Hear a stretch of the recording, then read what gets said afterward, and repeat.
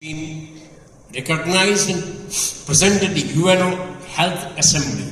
May I request my co-chairperson, sir, to please introduce our dynamic young Dr. S.K. Gupta, a man of academic flavor and forward and scientific bent of mind. As sir told, he is the author of book called Journey of the COVID in India, and book was appreciated at the UN headquarters. He has more than 40 national and international publications. He is an honorary consultant at Max Hospital, Delhi. With that, we request Dr. S.K. Gupta to proceed. Thank you, API. Thank you, Chairman, sir. And thank you, Dr. Chaturvedi, my teacher. Nuclear preparedness. How do we prepare ourselves to save oneself and the others in case of a nuclear blast? First of all, I'm thankful to my friend Dr. Satish Tyagi, who is a nuclear expert, to have guided us in this entire adventure. We all know that we are all flanked by nuclear capable states on either side.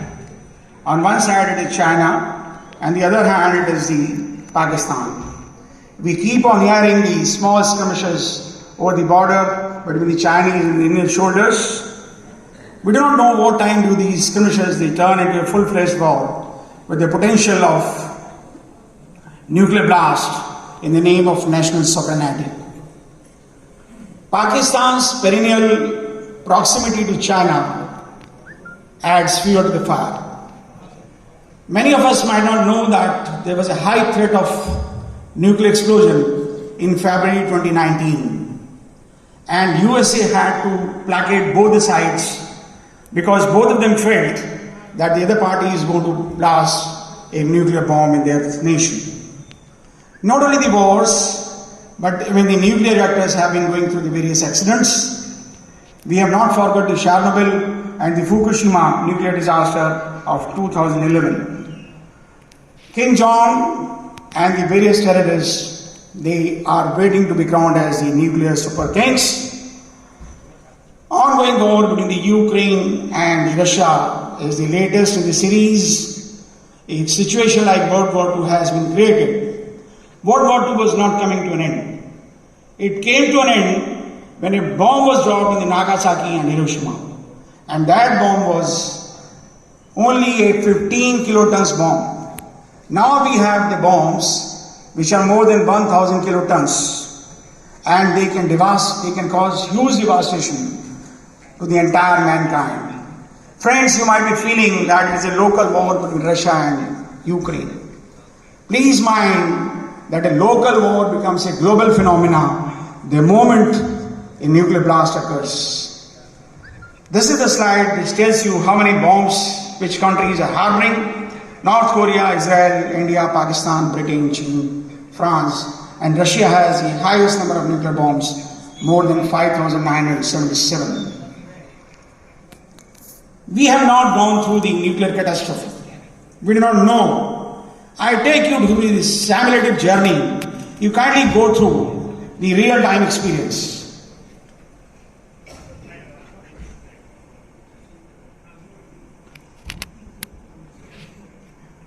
This is a nuclear bomb, and when a bomb is dropped from the air, the devastation is extensive. When the bomb is dropped on the surface, the devastation is less. But when the bomb is dropped from the height, the radius of exposure is very, very high. First you see the huge flash of light. And within 800 meters, all the buildings, all the life just vaporizes. Within a radius of around 2 kilometers, there is extensive damage. There is extensive pressure. There is huge loss of life.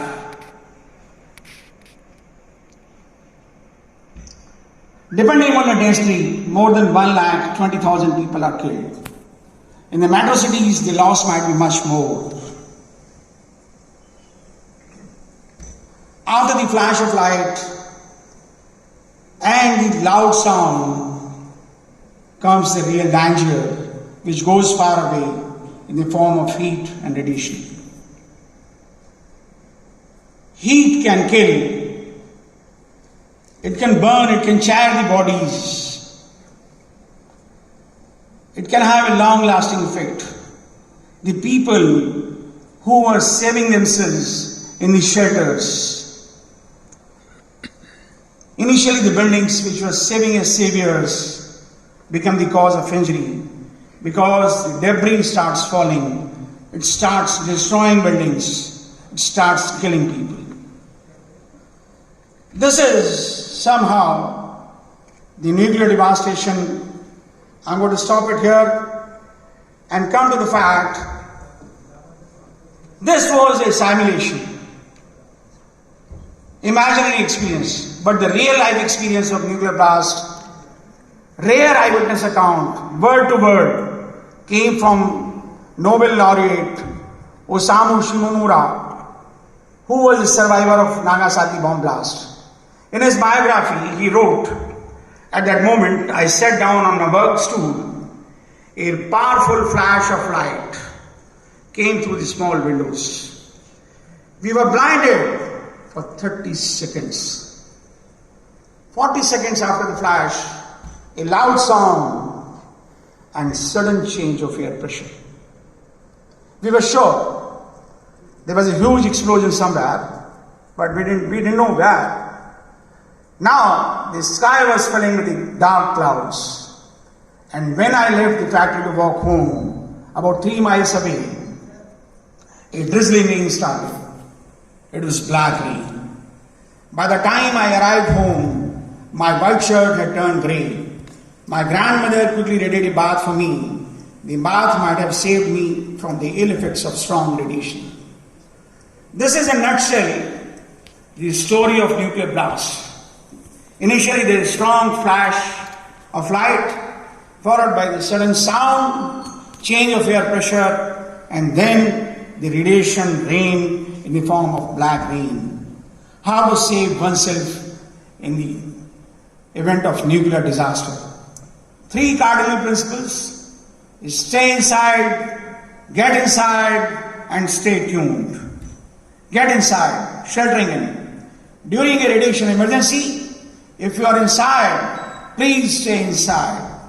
Close and lock all the doors and windows. Go to the basement or the middle room or to the middle floor. Like there's a conference going here on the ground floor. We are much safer on the first floor. Stay away from the walls and roofs of the building because doors and windows might be blown away by the strong winds. Nuclear debris collects on the roof, outside the walls, and has the highest radiation. In case you feel that you are in a poor shelter and there is a better shelter nearby, wait at least for 1 hour. Because within 1 hour, the effects of radiation decrease by more than half. Another tip: stay clear of ceiling lights, fixtures, movable objects. Be in an area where these things are not going to fall on you. Bathrooms and staircases might be better places to take shelter in the events of nuclear blast. There is intense heat. There is always a temptation to switch on fans, switch on ACs. Please do not switch them on. If they are on, put them off because they bring in polluted air from outside to inside. If you feel that you are in a car or in a bus, it is the worst place to be in case of a nuclear emergency because cars provide poor protection against nuclear radiation. Cars might be blown away by the strong winds. You might be blinded for 30 seconds by the strong flash of lights leading to accidents. There might be a uprooting of trees. The telecom towers might be blown away, causing accidents. So, in case somebody is in the car or in a moving vehicle, stop over immediately.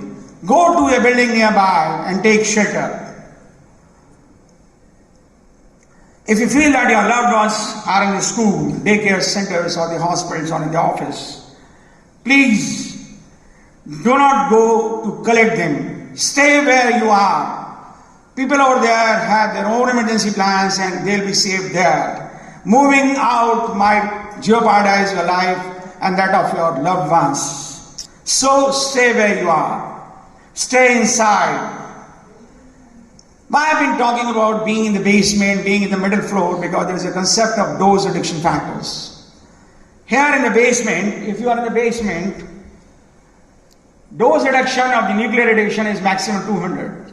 If you are on the middle floor, in the middle part of the room, the dose reduction is much more than being on the sidewalls, because the debris, the nuclear radiation comes much more on the sidewalls. And it is maximum on the roof. So be in the middle floor, preferably be in the basements. Decontamination. Once you have entered the basement or the room, please remove the outer layer of clothing, because outer layer of the clothing carries 90% of the radiation. Keep the clothes removed in a poly bag or a plastic bag and keep this bag away from the common passage so that other people are not affected. While removing the clothes, please do not shake them, because it is going to make the dust loose, which may fall into your eyes, onto the body again. Once inside the building, take a shower and take a shower gently.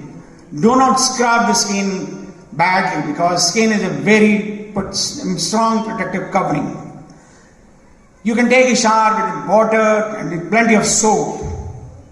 Do not use oils, hair conditioners or the creams, because they can let the dust stick to your hair and the skin. If you can't take a shower, don't worry. Just wash the exposed parts with soap and water. If you feel that even the soap and water is not available, just take a wipe, just take a wet cloth, or just take a paper and clean your eyes, blow your nose, clean your ears and the exposed parts, and put these papers and the clothes in a plastic bag away from the rest of the radiation. Once you have done all that, please put on clean clothes. The clothes kept in the almirah, which have not been exposed to the radiation, are safe to wear.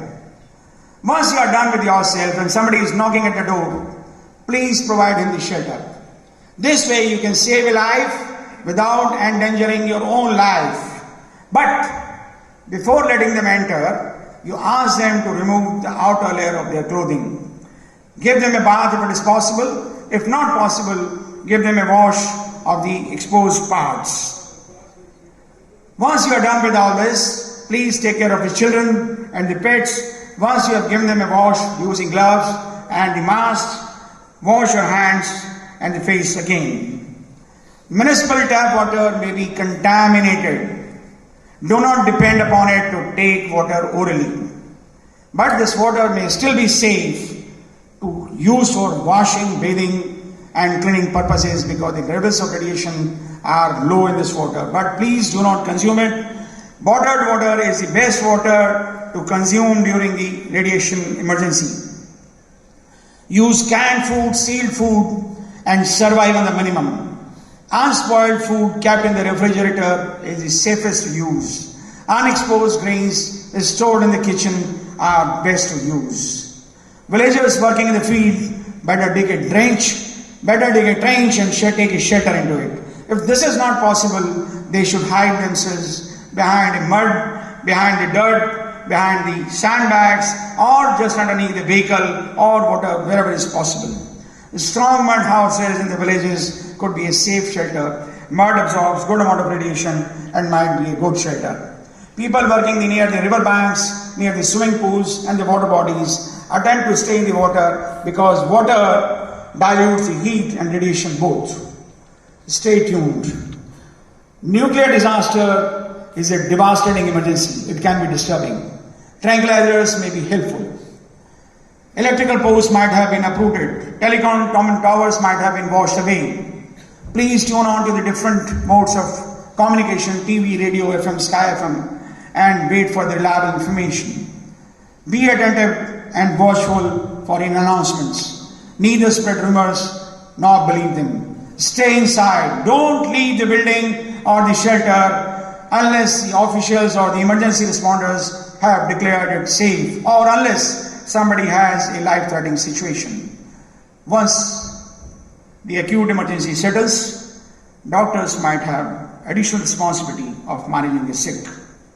The radiation sickness, any radiation sickness has two components. One is the immediate component and second is the delayed components. People might have nausea, vomiting, headache, diarrhea, starting within minutes, but this is going to improve shortly. It may last minutes to several days, but after the initial recovery, there is a delayed illness. Patient falls sick again, and this time the symptoms may be loss of appetite, fatigue, fever, nausea, vomiting, and these symptoms may take several weeks to months to years to recover. Hydration, antibiotics, blood transfusion remain the cornerstone of treatment. Patients with a lower exposure are likely to recover fast. Cause of death is generally the bone marrow suppression, resulting in infections and internal bleeding. Similarly, the cutaneous radiation injury, it is like the sunburn, bad sunburn, there might be redness, swelling and itching, there might be blisters or the ulcers. Initially they heal to come again after a few weeks. This is the example of radiation injuries, and they may heal with cicatrization over a period of several years. Do not get into a mad rush of potassium iodide tablets. Do not get into a mad rush of potassium iodide tablets. I repeat the sentence because potassium iodide tablets have been distributed in certain